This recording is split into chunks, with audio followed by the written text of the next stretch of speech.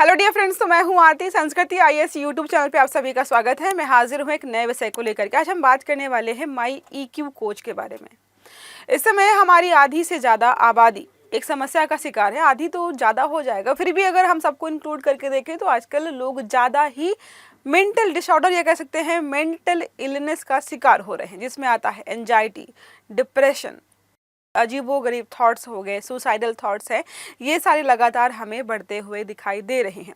और जो हमारी आज की जनरेशन है, जेन जी जनरेशन, कुछ समय पहले एक रिसर्च सामने आई थी जिसमें बोला जा रहा था कि आज की जनरेशन ज़्यादा डिप्रेशन का शिकार हो रही है। तो इसको जो है कैसे टैकल किया जाए, कैसे हैंडल किया जाए, तो एक नए प्रकार का एप्लीकेशन लॉन्च किया गया है। ये एप्लीकेशन बनाने वाला भी अपने आप में बहुत यूनिक है, छोटा सा बच्चा है। अब ये क्या है, कैसे काम करेगा, किसने बनाया है, ये सारा मैं आपको बताने वाली हूँ। देखो क्या लिखा है, माई ईक्यू कोच ऐप जो है बच्चों की मेंटल हेल्थ मॉनिटर करेगा।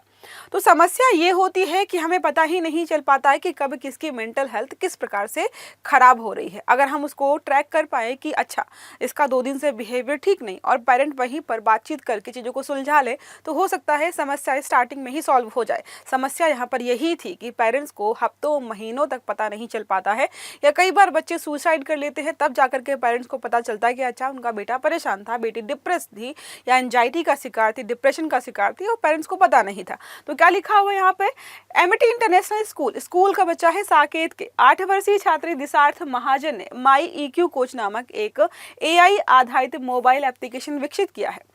यह ऐप बच्चों के मानसिक स्वास्थ्य की रियल टाइम निगरानी कर तनाव या अवसाद की जो भी स्थिति है, शिक्षकों व अभिभावकों को अलर्ट जारी करता है। इस नवाचार को आईआईटी दिल्ली में एक 1.5 लाख की ग्रांट भी प्राप्त हुई है। दिशार्थ को भारत में ऐप विकसित करने वाले सबसे कम उम्र के बच्चे के रूप में मान्यता दी गई है। अब हम बात करते हैं कि डब्ल्यूएचओ ने क्या बोला है। तो डब्ल्यूएचओ बोलता है कि भाई विश्व में लगभग 14% किशोर मानसिक स्वास्थ्य समस्याओं से प्रभावित हैं। 14% हम किशोरों की बात कर रहे हैं। आत्महत्या के मामले में अगर हम देखें तो 15 से 29 वर्ष आयु वर्ग में सबसे बड़ा कारण यही होता है कि वो डिप्रेस्ड होते हैं, एंजाइटी का शिकार होते हैं, मेंटल हेल्थ या मेंटल इश्यूज को सॉल्व नहीं कर पाते हैं समय रहते। अब देखो यहाँ पर लिखा भी है, एज अगर 18 से 29 के बीच हम देखें तो 49% इनमें से लोग ऐसे हैं जो एंजाइटी का शिकार हैं। कॉमन जो है स्टेरोसिस यहाँ पर यह है कि कैरियर अनसर्टनिटीज़ को लेकर के चिंतित है, या फिर एकेडमिक प्रेशर बहुत ज़्यादा झेल रहे हैं। 39% जो है इनमें डिप्रेस्ड है। 24% जो है थेरेपी ले रहे हैं, और कुछ की थेरेपी काम करती है, कुछ की थेरेपी काम नहीं करती है। भारत की स्थिति के बारे में बात करते हैं तो NCRB national crime record bureau के अनुसार हाल के वर्षों में छात्रों की आत्महत्याओं की संख्या लगातार बढ़ती जा रही है। तनाव का कारण है परीक्षा, पारिवारिक दबाव या डिजिटल निर्भरता प्रमुख कारण बनती जा रही है। ग्रामीण व अर्ध शहरी क्षेत्रों में काउंसलिंग सुविधाएं कम हैं। तो शहरों में तो मिल जाती हैं, आपको मिल जाते हैं काउंसलर्स की बात कर ली, समस्या बता दी, लेकिन ग्रामीण इलाकों में और अर्ध शहरी इलाकों में अभी भी ये चीज़ नहीं अवेलेबल है। यह ऐप जो है प्रारंभिक पहचान मतलब स्टार्टिंग स्टेज में ही डिटेक्ट कर सकता है कि शायद व्यक्ति मेंटल जो है स्ट्रेस से गुजर रहा है और इसको जो है किसी परामर्शकर्ता की जरूरत है। अब बात करते हैं इसकी प्रमुख विशेषताएं। देखो कुछ पॉइंट्स लिखे, ट्रैक करेगा कि कब क्या कितना हो रहा है, फीडबैक देगा आपको। तीसरा है रिपोर्टिंग, और चौथा और आखिरी है डैशबोर्ड। यहाँ पर कैसे देखो काम करेगा, इमोशनल सेल्फ रिपोर्टिंग मॉड्यूल है इसमें। बच्चा दैनिक जो है भावनात्मक स्थिति दर्ज करता है कि आज उसे कैसा महसूस हो रहा है, कौन सी चीज़ अच्छी लगी, कौन सी चीज़ खराब रही। व्यवहारिक पैटर्न की ट्रैकिंग होती है कि उसका व्यवहार कैसा है, जो नॉर्मली रहता है हंसता खेलता वैसा ही है या थोड़ा सा भी डिप्रेस्ड है। दूसरा है एआई आधारित भावनात्मक विश्लेषण किया जाएगा, जहाँ पर बोला जो है नेचुरल लैंग्वेज प्रोसेसिंग यहाँ पर होगी। साथ में तनाव, चिंता, अवसाद के संकेतों की पहचान की जाएगी। जब बातचीत की जाएगी तो टोन में, शब्दों में और चीज़ों में पहचान की जा सकती है कि व्यक्ति कैसा है। जैसे आपसे कोई प्यार से बात करता है तो उसके टोन से हमें पता चल जाता है कि हाँ ये व्यक्ति प्यार से बात कर रहा है। कोई गुस्से से बात करता है तो उसके टोन में जो चेंजेस होते हैं वो हमें बता देते हैं कि इसको गुस्सा आ रहा है। वैसा ही कुछ यहाँ पर एआई भी करने वाला है, ताकि बच्चों की जो है सही तरीके से एनालिसिस कर पाए।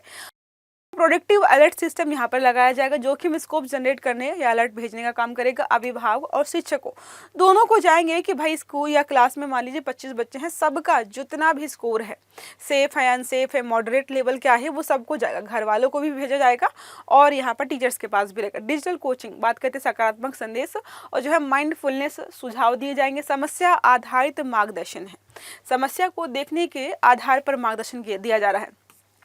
संवैधानिक और नीतिगत संदर्भ के बारे में बात करते हैं तो आर्टिकल 21 जीवन और व्यक्तिगत स्वतंत्रता का अधिकार देता है, जिसमें कि मानसिक स्वास्थ्य शामिल है।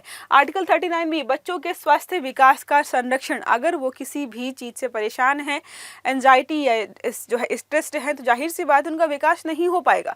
संबंधित नीतियों के बारे में हम देखें तो न्यू एजुकेशन पॉलिसी 2020 में समग्र एवं बहुआयामी शिक्षा की बात की गई है, जिसमें हमारी बात कर सकते हैं कि जो स्वास्थ्य मेंटल जो है स्टडीज होती हैं उसको भी रखा गया है। राष्ट्रीय मानसिक स्वास्थ्य कार्यक्रम हमारा चल रहा है। मनोदर्पण पहल है छात्रों के लिए, सीबीएसई बच्चे जो होते हैं उनकी काउंसलिंग होती है। डिजिटल इंडिया मिशन में टेक्नोलॉजी आधारित समाधान प्रदान किए जा रहे हैं। सामाजिक और आर्थिक महत्व इसका क्या होगा, स्कूल प्रणाली में सुधार होगा। टीचर्स को पता होगा कि अगर किसी बच्चे का स्कोर कम आ रहा है तो और इस एप्लीकेशन के माध्यम से ट्रैक कर पाएंगे कि शायद इसकी मानसिक स्थिति थोड़ी ठीक नहीं है, किसी चीज़ से परेशान है और जिसकी वजह से इसका स्कोर कार्ड खराब हो रहा है। काउंसलिंग से सुधार हो सकता है। स्टार्टअप और नवाचार के बारे में बात करते हैं तो एआई आधारित हेल्थ टेक स्टार्टअप्स को बढ़ावा मिलेगा। जैसा हमने देखा छोटे से बच्चे ने इसका इनोवेशन किया है। अटल इनोवेशन मिशन जैसी पहलों के अनुरूप जो है इसको रखा गया है। अब इससे दो हमारे SDG goals, sustainable development goal जुड़े हुए, एक 3 है और एक 4 है। 3 बोलता है good health and wellbeing. Good health में सब कुछ आता है, आपकी फिजिकल हेल्थ भी आती है, आपकी मेंटल हेल्थ भी आती है, इसलिए यहाँ पर एसडीजी गोल 3 को इंक्लूड किया गया है। चौथा है क्वालिटी एजुकेशन। क्वालिटी एजुकेशन का मतलब ये नहीं होता है कि बच्चा बीमार है, पढ़ने लायक उसकी जो है हालत नहीं और मार मार के पढ़ाया जा रहा, तो इसलिए जो है एसडीजी गोल्स 4 को हम यहाँ पे इंक्लूड करेंगे। बाकी सारे एसडीजी गोल्स लिखे हुए हैं। चिंताएं क्या हो सकती हैं इसको लेकर के, डेटा की गोपनीयता। तो बच्चों का संवेदनशील डेटा जो है टीचर के पास रहेगा, कल को सर्कुलेट हो सकता है। और बच्चा मान लीजिए डिप्रेस था और उसको जो है नहीं चाहिए कि कोई जाने कि वो डिप्रेस्ड है, एंजाइटी का शिकार है, लेकिन हो सकता है पूरी क्लास, पूरा स्कूल और गली मोहल्ले के लोग भी जाने। एल्गोरिथम बायस यहाँ पर है, गलत आकलन से मानसिक लेबलिंग का खतरा। हो सकता है कि बच्चा सच में डिप्रेस नहीं था, उस दिन बस किसी चीज़ से परेशान था जिसकी वजह से उसका जो स्कोर है मतलब मेंटल स्ट्रेस का वो बढ़ जाता है और एआई को लगता है कि शायद ये परेशान है या जो है इसकी मेंटल हेल्थ ठीक नहीं है, तो ये जो है खतरा हो सकता है। तकनीकी निर्भरता, बहुत ज़्यादा तकनीकी निर्भरता ठीक बात नहीं है। डिजिटल डिवाइड के बारे में भाई जहाँ पर सुविधाएं हैं वो तो हो जाएगा ठीक, लेकिन जिनके पास जानकारी नहीं है, जो इन चीज़ों को पढ़ना समझना नहीं जानते हैं, जो पेरेंट्स नहीं समझ पा रहे कि स्कोर कार्ड में क्या लिखा है, जब आपका रिजल्ट नहीं पढ़ पाते हैं जो पेपर में लिखा होता है, तो मोबाइल एप्लीकेशन में क्या लिखा हुआ है वो भी दूसरी भाषा में, उनकी समझ से परे है। ये समस्या यहाँ पर हो सकती है। नैतिक आयाम के बारे में बात करें, संवेदनशील डेटा की गोपनीयता, तकनीकी बनाम मानवीय सहानुभूति, बच्चों की मनोवैज्ञानिक सुरक्षा। मतलब यहाँ पर बोला जा रहा है कि क्या किसी एप्लीकेशन के माध्यम से ये करने की ज़रूरत है या स्कूल में कोई काउंसलर होना चाहिए। हमें यहाँ पे पीटी टीचर्स होते हैं, ड्राइंग टीचर्स होते हैं, मतलब सारे प्रकार के टीचर्स होते हैं। मुझे लगता है कि इस समय की मांग ये है कि स्कूल में एक काउंसलर भी होना चाहिए जो बच्चों के साथ बातचीत करके उनकी समस्या को समझे। बहुत ज़रूरी हो गया है। Prevention is the better than cure, मतलब बीमार होने से पहले ही अगर हम उसको रोकने का प्रयास करें तो इससे बेटर कुछ नहीं हो सकता है। बात करते आगे की राह, तो ऐप को स्कूल काउंसलिंग सेल से एकीकृत करना, डेटा इंक्रिप्शन करना, व फिर जो है अभिभावक की सहमति अनिवार्य होनी चाहिए किसी के बच्चे का आप डेटा ले रहे हो। शिक्षकों के लिए मानसिक स्वास्थ्य प्रशिक्षण होना चाहिए।